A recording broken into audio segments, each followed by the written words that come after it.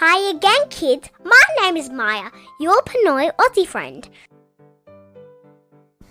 Today, let's learn some common questions or phrases in English and Tagalog. Are you hungry? Gutom ka ba?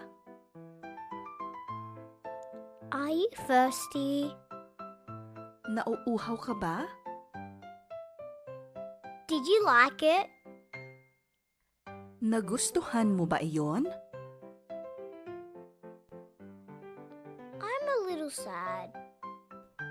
Ako ay medyo malungkot. What do you think of it?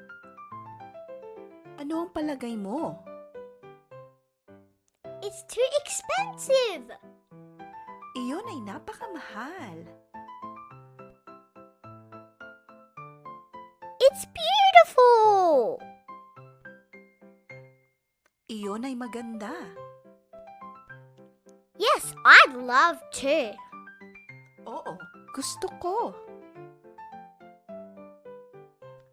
Sorry, I can't. Sorry, hindi ako pwede.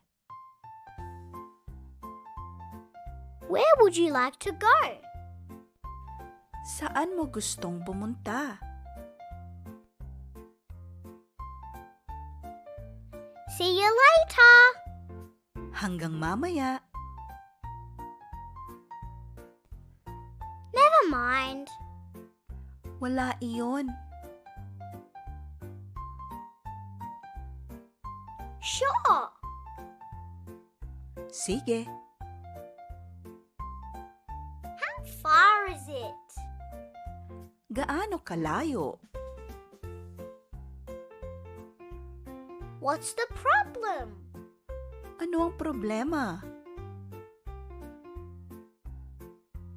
How much will it cost? Magkano ito? How do I get there? Paano ako pupunta doon? What's the address? Ano ang address? Thank you. Salamat!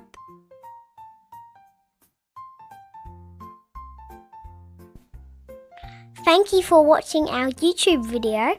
If you like it, maybe subscribe to it. Come on!